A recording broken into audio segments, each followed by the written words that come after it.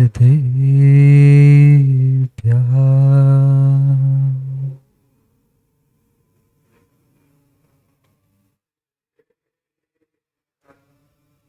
श्रीमत्परं गम्भीर स्याद्वाग्मोघलाञ्छनम् जियात्रैलोक्यनाथस्य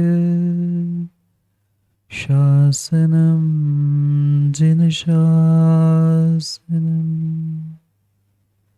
जय मंगलभूताणं विमलाणं नारायणतनसृणमयारं त्रैलोक्यसेह्याणं नमोऽस्ति सर्वसिद्धाणं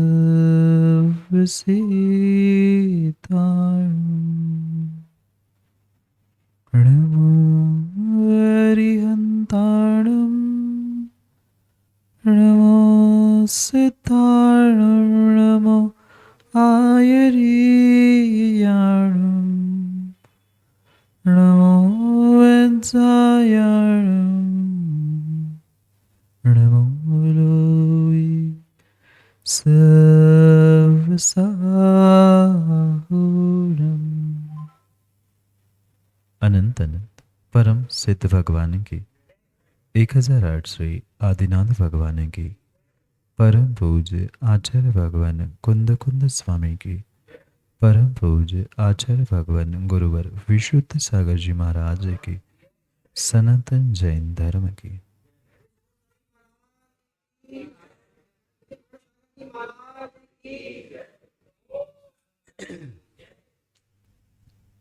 अंतिम तीर्थेश वर्धमान स्वामी के शासन में हमसे विराजते और उनकी यह पावन पीयूष देशना हम सभी के लिए परम उपकारी।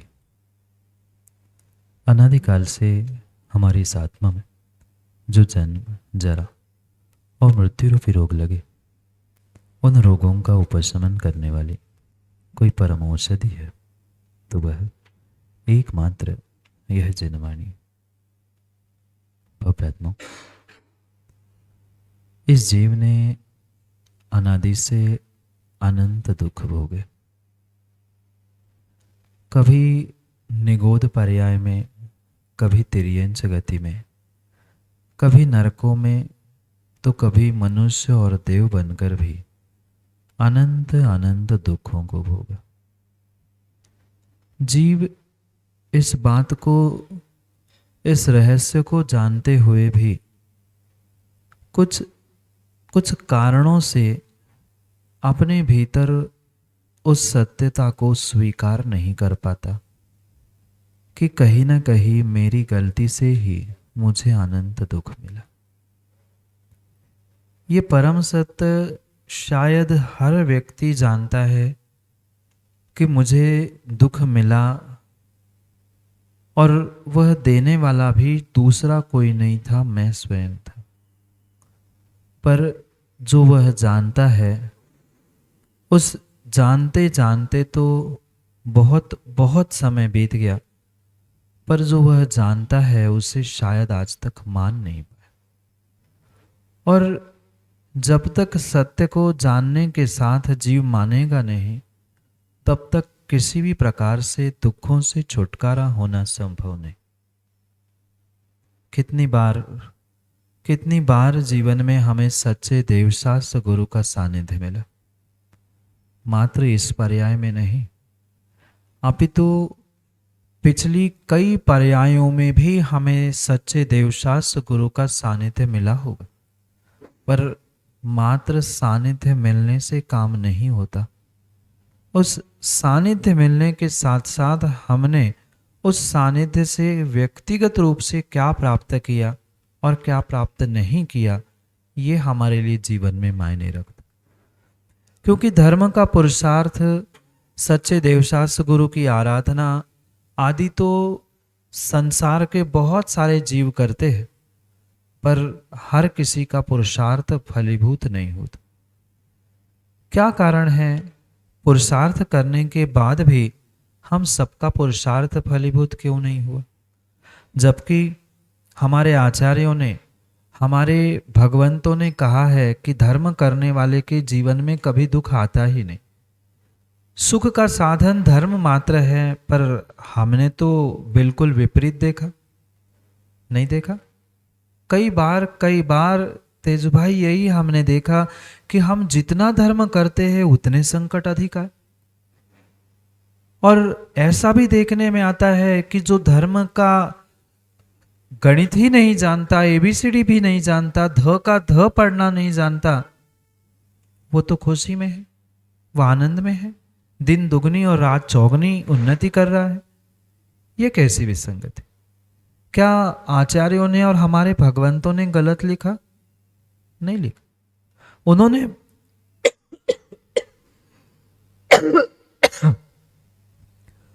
उन्होंने परम सत्य यही लिखा कि संसार में सुख का साधन मात्र धर्म है। पर जिस धर्म को हम समझे थे या जिस क्रियाओं को हमने धर्म समझा था, वह क्रियाएं मात्र धर्म नहीं था। धर्म का मर्म कुछ हटके था। धर्म को समझने का प्रयास ही शायद आज तक हमने नहीं किया। ये बात अनिल भाई बहुत भिन्न है कि धर्म की क्रिया दोहराना और धर्म को समझते हुए उन क्रियाओं को करना। आज तक जीव ने जो भी पुरुषार्थ, जो भी मेहनत की, वह मात्र क्रियाओं को दोहराने की, उन क्रियाओं के पीछे के रहस्यों को समझने की नहीं की। हम अभिषेक, पूजा, पाठ, विधान, दान, ये सब कुछ तो करते आए, पर क्यों किया? किसके लिए किया? क्या भगवान को खुश करने के लिए हमने पूजा की? क्या भगवान के ऊपर के मात्र धूल को हटाने के लिए हमने अभिषेक किया? क्या मुनिराजों को प्रसन्न करने के लिए, उनसे कुछ प्राप्त करने के लिए हमने दान दिया? शायद इन प्रश्नों का उत्तर आज तक हमें नहीं मिल पाया। और मात्र देखा सेखी हर क्रियाओं को हम करते रहे, दोहराते रहे और उन दोहराने के कारण हम पुनः पुनः संसार में ही गतियों में भटकते और दोहराते रहे। ये कभी न कभी जीव को, और जीव को नहीं, मैं तो कहता हूँ व्यक्तिगत रूप से हमें स्वयं को निर्णय करने की आवश्यकता है कि आज तक तो मैंने भूल नहीं की। अध्यक्ष जी, भूल की कि नहीं? कोई नहीं स्वीकार करना चाहता अपनी भूल को, कोई नहीं स्वीकार करना चाहता अपनी भूल को। और ये भी ध्यान रखना, जब तक भूल को स्वीकार नहीं करोगे तब तक भूल में सुधार भी नहीं होगा, और सुधार नहीं होगा तो आपका जीवन बदलने वाला भी नहीं। भूल की, और ये साक्षात प्रमाण पत्र है कि हम खोटे पंचम काल में आए हैं। ये बिना भूल के आए नहीं आए। बहुत बड़ी भूल नितिन भाई हमने की थी, जिस कारण से इस खोटे पंचम काल में आना पड़ा। इस खोटे पंचम काल में जन्मना मतलब चौथे काल में गाली के समान माना जाता था। छोटा सा दृष्टांत उस पद्म पुराण का याद आ रहा है। लक्ष्मण और गुणमाला का स्वयंवर हुआ, विवाह हुआ।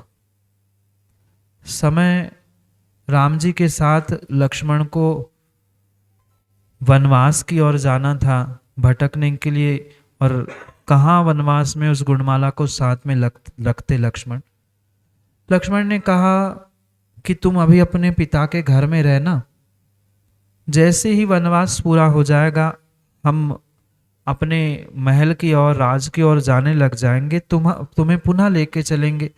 कहाँ जंगल में तू दर दर की ठोकरें खाएगी, तू अपने पिता के घर में सुख से रह, कुछ दिन बाद मैं पुनः आ जाऊंगा और ले जाऊंगा।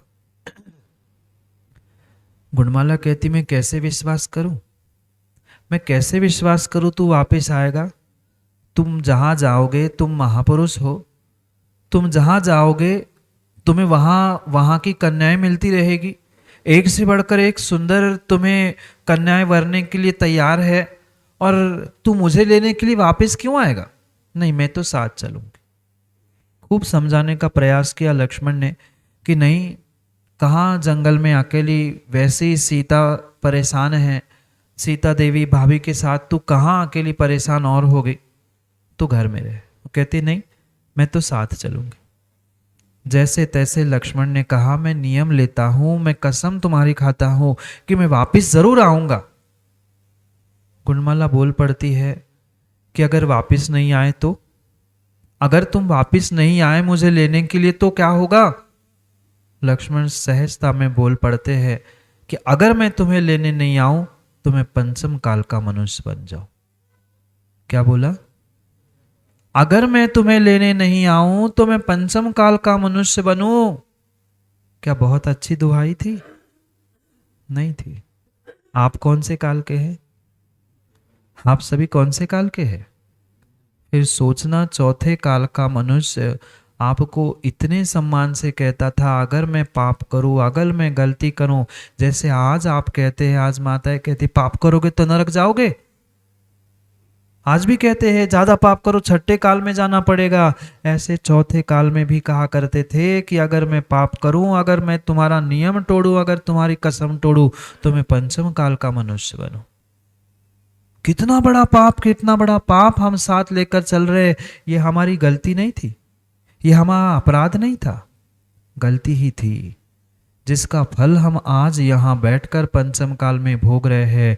ठीक है, फिर भी ठीक है, फिर भी ठीक है, गलती तो कर ली, पर गलती को स्वीकार करते हुए आज जो सच्चे देवशास्त्र गुरु का हमें सन्निधि और सानिध्य मिलने का प्रयास हम कर रहे हैं, उसके निमित्त से हम अपने आप को बदलने का प्रयास करें। ये ध्यान रखना, ये ध्यान रखना झांझरे जी, जब तक हम अपने आप को बदलने का प्रयास नहीं करेंगे तब तक दुनिया को बदलने से आप कुछ भी बदल नहीं सकते। हमें अपनी सोच को, अपने विचारों को, अपनी दृष्टि को बदलने की आवश्यकता है, तब जाके कुछ हमें बदलाव मिल सकता है, अन्यथा कुछ भी बदलाव मिलने वाला नहीं है। नहीं है। दुनिया को दोष देने से क्या होगा? क्या होगा रोहित? कुछ होगा नहीं।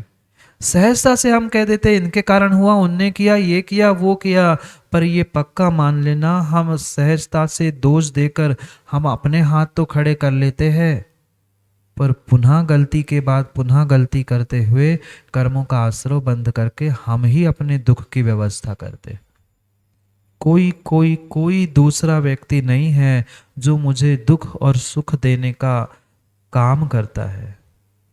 मैं जैसा मन वचन काया से काम करता हूँ, बिल्कुल वैसा ही कर्मों का आश्रयबंध मेरे साथ होता है और वैसा ही मुझे पुनः पुनः दुख प्राप्त होता है। जो ऐसे खोटे काल में हम पंचम काल के मनुष्य बनने के बाद भी अगर हम अभी भी समझने का और बदलने का विचार नहीं करेंगे तो आने वाले छठे काल से हमें कोई भी बचाने वाला नहीं है। आप लोग जाना चाहते हो छठे काल में? कौन जाना चाहता है? वहाँ तो माताओं रोटी बनाने की आवश्यकता ही नहीं है, कच्चा इंसान कच्चे इंसान को ही खा जाएगा, जैसे आज गाजर मूली खाते हो। पसंद करो कि जाना? नहीं जाना है तो विश्वास कर लो, मान लो, अभी भी कुछ भी नहीं बिगड़ा, अभी भी कुछ भी नहीं बिगड़ा, अभी भी कुछ नहीं बिगड़ा। अभी हम अपने पापों को, अपने कसायों को, अपने विषयों को सीमित कर सकते हैं, और जितनी जितनी जितनी उसकी सीमा हम बनाएंगे उतने उतने ही हम सुखी होते जाएंगे। यही तो धर्म था, यही तो धर्म था। मात्र धर्म की क्रियाएं धर्म नहीं था, यही धर्म का मर्म था। अपनी कसायों को, अपनी पापों को, अपने विषयों को कम कर लेना, प्रत्येक जीव के प्रति दया करुणा को धारण कर लेना, यही यही वास्तविकता में धर्म था। पर इस धर्म की मर्म को, इस धर्म की मर्म को हमें विश्वास के साथ और श्रद्धा के साथ मात्र समझना नहीं है, जीवन में उतारने का भी प्रयास करना है। जीवन में उतारने का भी प्रयास करना है। जीवन के कुछ पंचम काल के मनुष्यों के कुछ ऐसे विरले ही पुण्य के क्षण होते हैं जब उन्हें साक्षात देव शास्त्र गुरु का सानिध्य मिल पाता है। और कई महीनों से, कई वर्षों से जीव जब प्रयास करता है, तब जाके कुछ मिनटों और कुछ घंटों के लिए साधु और गुरुओं का समागम मिलता है। क्यों? कितने वर्षों से प्रयास कर रहे हैं अनिल भाई? 2010 से लगातार साल 2 साल में तो प्रयास जारी है। कितना पुरुषार्थ जीव करता है, पर पुरुषार्थ के साथ जब तीव्र पुण्य का उदय साथ देता है, तभी वह पुरुषार्थ फलीभूत होता है। क्योंकि भावना तो हर किसी व्यक्ति की और हर समाज की होती है कि हमारे नगर को साधु का चतुर्मास मिल जाए। छोटे से छोटे गांव से लेकर बड़े से बड़े शहर वाला वह समाज का व्यक्ति सोचता है, विचार करता है कि हमें भी, पर मिलता उसी को है जो कुछ कभी सातिशय पुण्य एकत्रित करके रख लेता है। क्योंकि सबका प्रयास चल रहा है, भले ही आप यहाँ से श्रीफल चढ़ाओ, सब कुछ हो जाए, पर यह पक्का मानना कंट्रोल तो कहीं और से है। ये तो व्यवहारिकता होती है उपसंगों से निवेदन करना, पर काम तो जहाँ गुरु महाराज का आदेश और आज्ञा होती है, निर्देश होता है, उसी अनुसार कार्य होता है। बहुत अच्छी बात है कि आज तक बहुत सारे स्थानों से और बहुत सारे लोगों ने निवेदन किया, चाहे मात्र मध्य प्रदेश नहीं, कहाँ महाराष्ट्र और कहाँ उत्तर प्रदेश के लोग भी पीछे पड़े हैं। पता नहीं इस बार किसकी किस्मत और किसकी लॉटरी खुलती है कि क्योंकि हर साल तो 4 महीने का चतुर्मास 4 ही महीने का होता है, इस बार 5 महीने का वह लंबा काल साधु के समागम का कौन से समाज को प्राप्त होता है, ये आने वाला समय, और समय क्या, वो तो गुरु का आशीष और अनुकंपा ही तय कर सकती है। और वैसे ही उज्जैन वालों पर गुरुजी की अनुकंपा वैसे ही बरसती है, फिर पता नहीं गुरुजी का आशीर्वाद किस समाज को मिलता है। क्योंकि बहुत बड़ी भी कहाँ नागपुर, छिंदवाड़ा, जहाँ जहाँ पहुँचते हैं वहाँ से प्रारंभ होता है। लोगों को विचार करना पड़ता है कि हम चतुर्मास के लिए नवीन भाई कहाँ जाए, कौन बुलाने आएगा, कोई बुलाने आए तो विचार करे। पर ये गुरु की कृपा और गुरु की अनुकंपा ऐसी है कि जहाँ पहुँचते नहीं, चतुर्मास एक जगह का समाप्त नहीं होता, दिसंबर से ही श्रीफल चढ़ने प्रारंभ हो जाते, महाराज अगला चतुर्मास हमारे। ये तो मात्र गुरु का आशीष और गुरु की अनुकंपा है, और उनकी ही आज्ञा से जो भी होगा वह अच्छा ही होगा। इस भावना से हम आने वाले समय को गुरु की निर्देश और मार्गदर्शन से ही जीवन के उत्थान को प्राप्त करने का प्रयास करें। ये जो सौभाग्य आप जुन्नार देव जामई वालों को मिला है, क्योंकि ध्यान रखना, मैंने उस दिन भी कहा था, याद है क्या ठेकेदार जी, गुरुजी का आगमन हुआ था, चंद मिनटों के लिए गुरुजी आए थे, पर गुरुजी ने आशीर्वाद देके यही कहा था कि बहुत जल्दी आपका पंचकल्याणक होगा, और गुरुजी की वाणी सत्य हो गई। आपके मई में ही पंचकल्याणक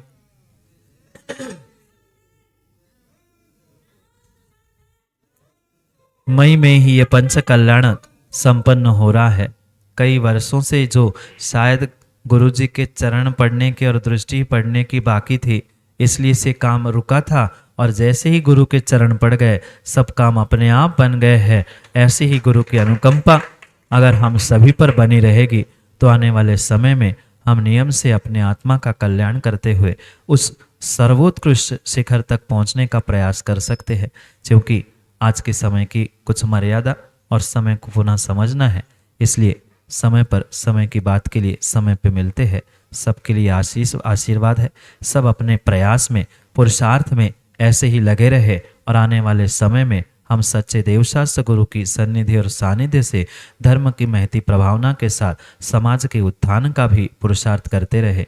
इसी बात पर विचार करते हुए समय पर समय की बात के लिए समय पर मिलते हैं, क्योंकि समय पे किया गया काम समय को दिलाता है।